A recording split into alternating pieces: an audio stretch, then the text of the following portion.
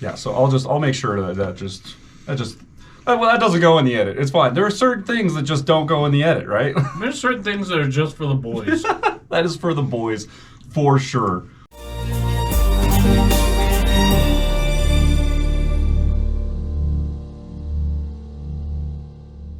The computer's weighed down. It's been doing the same thing over and over and over for the last basically almost 10 years. Almost its whole life. Yeah, almost 10 years at this point. Since its conception, it's pretty much just been worked and worked and worked. Yeah. And I don't know, maybe it's just getting to the point where it's like the processor's like, hey, I'm good, but like I kind of don't want to do it anymore, you know? Yeah. Like, and I get that. I feel that. Anyways, all right. Should we just? Let's get it. I'm like over here mentally. I'm over here mentally preparing, and this is just. Welcome back. 307 Reacts. I'm Chris. That's Matthew, and we got a word from our boys at 10 for 10. So enjoy this short little 30-second. Yeah. We'll see you in a minute. Hi, I'm Joe. I'm John. And we are 10 for 10. And we'd like to invite you to our live stream performance of the Battle of the Bands at Sunshine Studios Live, January 11th, 2025. Saturday night. You can get your ticket from the link provided, and it's a $5 ticket with a $5 handling fee. Hope to see you there. All right, what'd y'all think of that? Yeah, how'd you like that? Was it good? Yeah, we're gonna go see the boys. They did that on their own. So those are our boys in 10 for 10. For anybody that doesn't know or the uninitiated, they are playing a live show. Well, they're playing a show. Every show is live at some point in Colorado Springs on January 11th. Now that show is basically a competition. It's a battle of the bands to play. The winner of that battle of the bands gets to play Bratfest next year. I'm pretty sure it's in Iowa. I've been saying Iowa, so I'm just gonna keep saying it. They get to play a main stage at Bratfest if they win this Battle of the Bands. So, if you would like to hang out with us, we're going to be live streaming it from our channel that night. Feel free to come by and hang out. If you'd like to support the boys, there's a link in our description. You can go and buy a ticket. It's a $5 ticket with a $5 handling fee, so it's $10. You don't actually have to go to the show, but every ticket sale counts as a vote for their Battle of the Bands. Yes. So, we're basically just doing it as support. I understand it's Christmas time right now and money's tight. We're not asking you to buy anything or do anything like that. We just want you to come hang out and support the boys. If you want to, though, the option is there. If you want any more information on it, our Instagram handles are in the description. You can head over to 10 for 10's Facebook. You can message them. They're really cool dudes. They'll reach out and give you all the information you need to know. Now, editing Matt, go ahead and put some snowflakes down on the screen. Maybe do like a little Christmas banner around the thing. Ding, ding, ding, ding, ding, ding, ding, ding. Because it's freaking Christmas week around here. How you doing, all you crazy, filthy animals? On the screen in front of us is Carol the Bells / Wayfaring Stranger, straight line BYU vocal point / Matt and Savanna Shaw. Can you decipher all of that for me and tell me exactly what the hell we're getting into? So this is Carol the Bells / Wayfaring Stranger by BYU vocal point. Okay, all right. Featuring Matt and Savanna Shaw. Okay. Which, if I remember correctly, Matt and Savanna Shaw, I've heard the name before. I believe they are a couple who do music together, but also help direct and teach music. Cool. Excellent. If I remember correctly. You guys are going to roast me in the comments if I'm wrong. Roast my little chestnuts. I was going to say, roasting fire, like chestnuts, dude. It's the time of the year. It's time to do it anyways. So that would make sense if they're vocal coaches or whatever, teachers, because they're the BYU vocal point thing, so they're associated with that. That makes a lot of sense. Now, I have heard Carol of the Bells before, so that I have to say that because most of the time these come up and I'm like, I've never heard this before. I actually know kind of what we're getting into. I don't think I've heard this version yet, but like, I'm interested to see if this is the same Wayfaring Stranger that I'm thinking of. It's kind of like an old country, old kind of country gospel version. Okay. Basically just talks about how he's, my entire family has passed away and I'm just on this earth left to roam. But my brother said, he'll see me one day when I get there, when I cross over. And that's kind of the, all right, I'm alone in this world now. Everybody I know has passed on, so I'm the Wayfaring Stranger. Are they doing like a mashup? I don't know if it's going to be a mashup. I don't even know if it's the same song. Mashup. Because, there's a million songs called My Girl. Okay? I'm about to take my Crocs off like crazy over here. I'm about to take my Crocs off like a freak. All right, Carol the Bells. Let's get into it. Here we go. Like, comment, subscribe. We appreciate you guys being here. Happy Christmas week. You asked for it. You got it. We're doing a week. Let's go.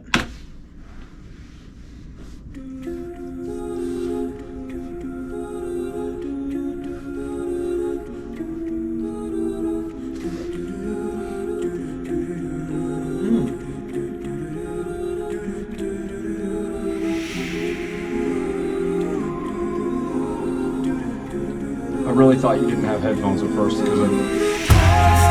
Oh!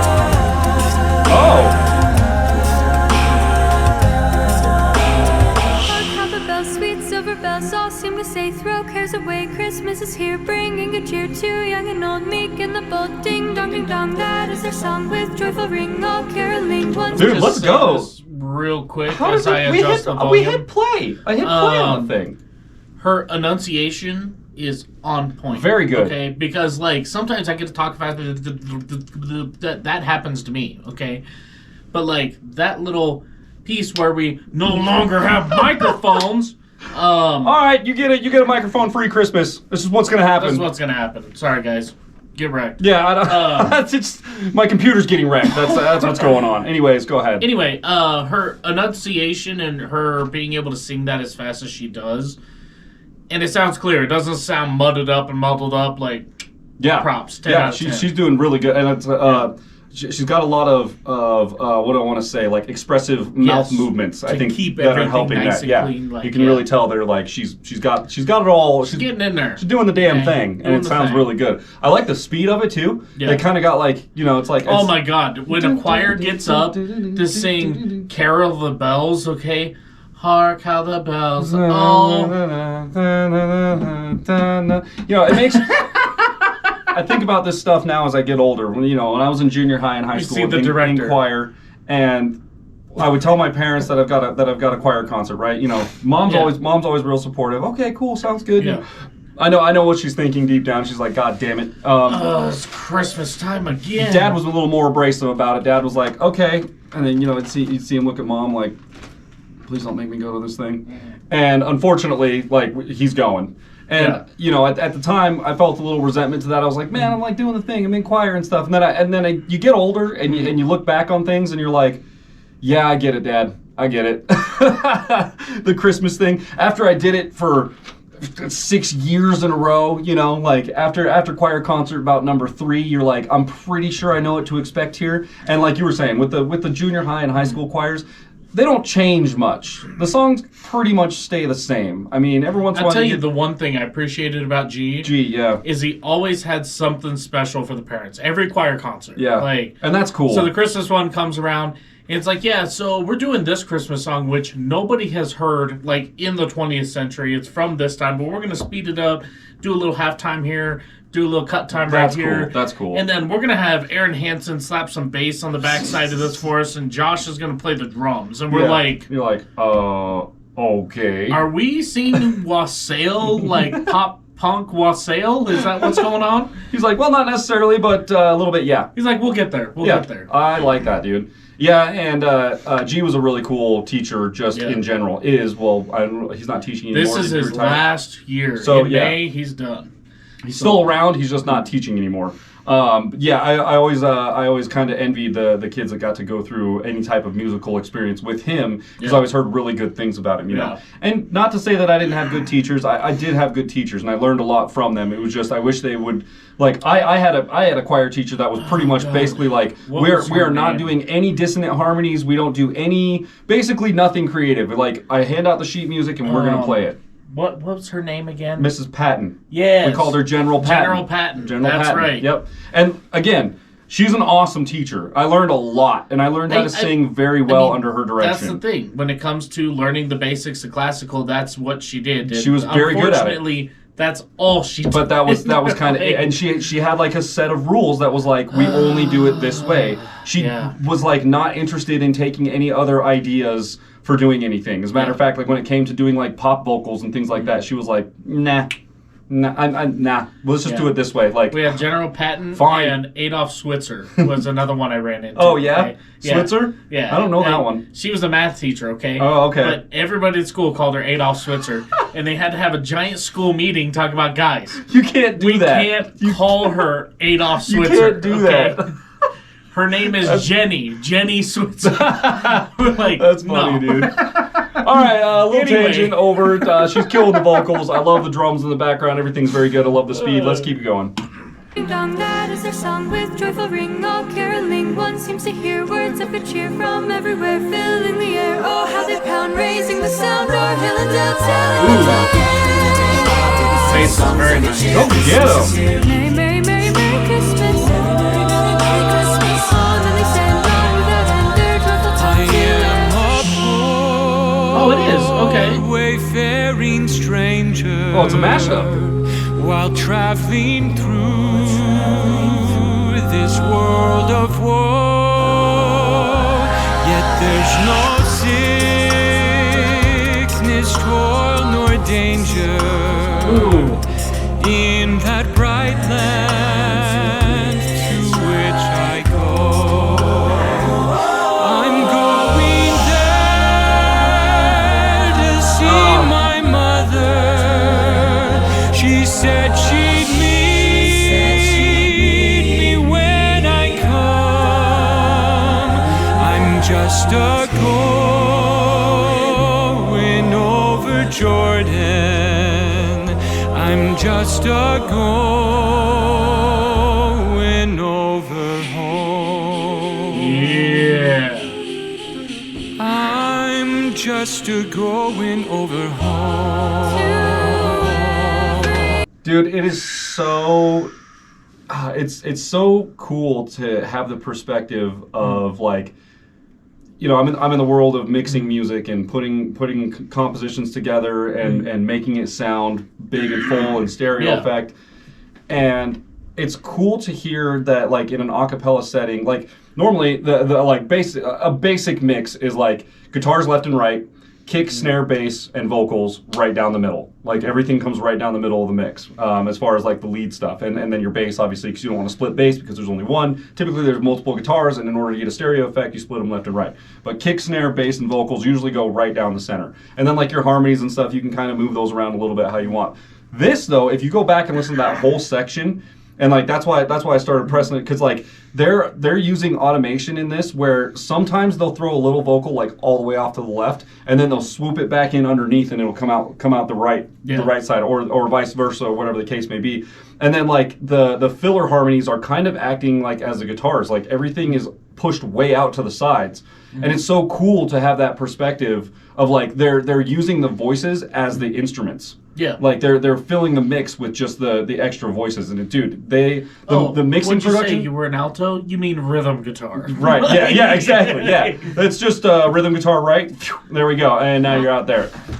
It's just a really cool perspective. Like this is an incredible mix. They did a very good job with like using their automation and their sweeps, and like when they're doing like these like the whooshes, like the whoosh and stuff like that, they don't come in right behind the vocalist, the lead vocalist. They come in like they go around. It's so weird because like the way I look at music, like a mix is like it's a bubble, right? And so like I feel like some of those swooshes were like on the top left and then like behind, you know, like kind of out to the top left and back behind everything. And it's a weird perspective, but there's a lot of videos on there on like the perception of music and like how we take it in, and like that's what like the depth of the music, like looking at music as like a 3D thing. I feel like they just do a really good job of like sending those vocals to the right places. Yeah, and it makes the whole mix feel like it's big and full, and it's just voices. Yeah, it's so cool, dude. And they do, you know, the bass the bass is awesome. The bass to me feels like it's sitting in just the. Yeah. Not quite center, but it feels a little heavy on the right side, like he's just hanging out in the bottom somewhere. Yeah. It's good, man. They've got it figured out very, very well. And like obviously there's probably a little bit of EQ on their voices and things like that to make the mix work with each other, and so that voices aren't clashing. They're probably putting some reverbs and some echoes on some things and kind of like some effects and things like that. But man, they are doing it very tastefully, and the mix is just coming together really well. Yeah. And we've talked about it before with like Home Free and Voice Play and Pentatonics and all those. We talked about it with those groups before.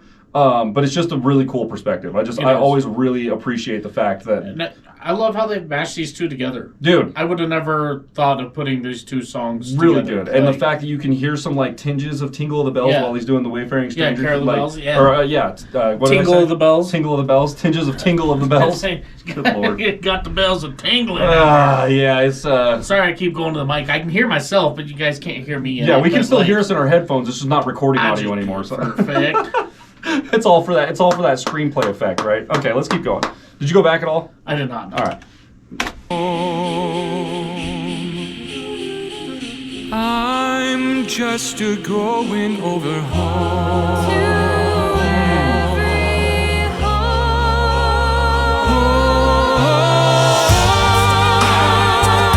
home. Is that a key change? Woo! Yeah.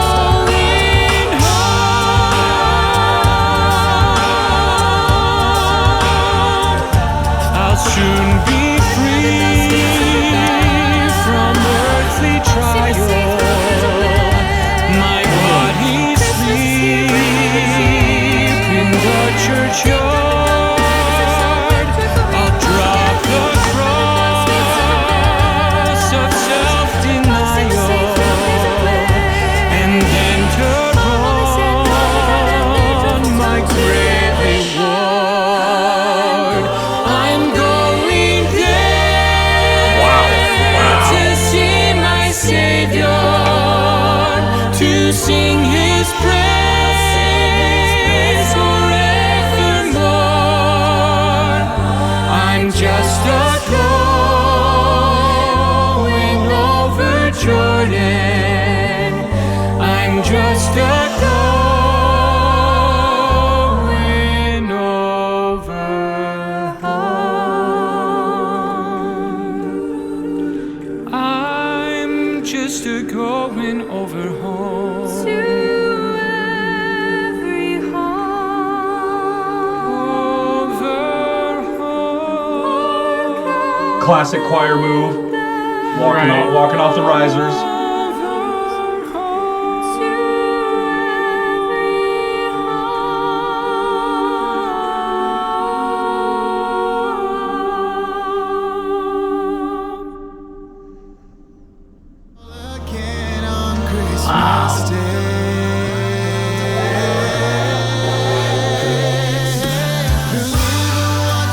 Oh, okay. Now, I have a question. Okay, very nice. Do you think they ever get flack for being vocal point because of the VP, like VP producer YouTube channel? Like, Oh, right. I saw that and I was like, voice play. Wait, voice play's Yeah. involved in this? Then I looked up and I was like, oh yeah, vocal vocal point. point. It's vocal Yeah. point. I wonder if they ever catch any flack for that. I think Vocal Point was first for a long time. Really? Oh, yes. Well, do you think voice play ever catches any flack for being the No. No. Yeah, no, that's not a thing. Dude, I mean, what else is there to say about it? Like, That was insane. That was a very good blend. I like the climax at the end where they, where the whole choir comes in, boom, everything straight up the middle, big top note. Very, very nice. And then, like I said, the classic choir move at the end. It's like, Yeah. how many choir performances did you do where it's like, okay, sopranos start walking off, and then tenors walk Once. off? You only did one? Once. See, okay, maybe G did it once. maybe it's the traditional values And thing. here's the thing. Thrift Shop was the one we Oh, did it to. yeah, cool. And you And guys it got to was do it to a like- cool song too. Yeah. Lucky. And Robert was the last one to walk off stage as the beatboxer. No kidding. So he got to rip a little solo at the end. Hell yeah. And then Hell he yeah. he was supposed to walk off stage, but listen, this guy's an athletic freak, okay?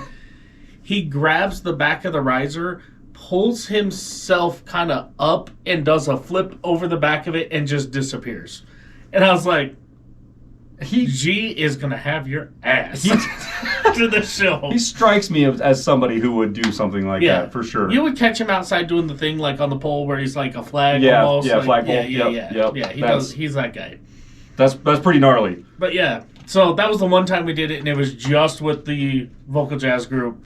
And Yeah, maybe it's a traditional values thing, but I can recall at least a few instances of, yep, okay, one section goes off, next section comes off, last section comes off. oh my God, guys, you know what'd be This is gonna so look amazing? So good. We're just gonna be so rebellious. We're gonna walk off stage while we're singing. I've only done this for the last 15 years on this exact same song, this exact same way. It's gonna blow the audience out of their seats. Just watch. Check this out. Yeah. I bet you they clap. And it's not a pity clap, I promise. We did it one time, and we beat Air Force College. That's right. That's right. It was I mean, badass. Thrift Shop, or thrift store. Is it thrift Thrift store? shop. Thrift shop. Yeah. Pretty by, cool song. What was it, Macklemore? Yeah. Yeah, that was like top of the chart for that. Pretty for that cool time. song to be doing just as a choir. I hated that song. Well, I bet. Like- And once you do it like that, like when you practice it that often and dive into it and do all the at the end of it, you're like, wow. You're like, wow. I'm done with this. I never want to do this again. That was part of my tenor line. Wow. It's like, oh my god. I like to at the end of this one where again, just going back to the mix and like how well things are recorded. The very end when they're all doing their do, you can like hear you can hear the you can you can hear the diction, the sounds, the diction that their mouths is making. It was really good. That was an amazing mix. I will say I'm happy to start off Christmas week with something that's familiar but so different that I actually enjoyed it. Yep. So And by the time you see this, it'll be too late for any Christmas suggestions. Yes. So just before you get Save down it in the for comments, next year. okay. It's going to be Christmas 2025 at this point when you see this. That's when we can start. If y'all know who Pappy D is, he has waited 4 years for what's coming tomorrow. That's right. That's right. And he needs to get back to doing reactions. That's facts. He's going his to inbox, guys. Flood his inbox. Go over to his channel and be like, "Where you at, bro? It's time. New year, new reactions." That's what I've been telling him. Where's our Christmas music? Yeah. Okay. Just New year, new reactions, Pappy D. Yeah, that was really good. And look, what was it, 2 years ago? We made the distinction that it was like, okay, we'll do Christmas stuff. We started with a whole month. But this 30 days of Christmas thing, never again. We learned our lesson. Yes. We're gonna do a week.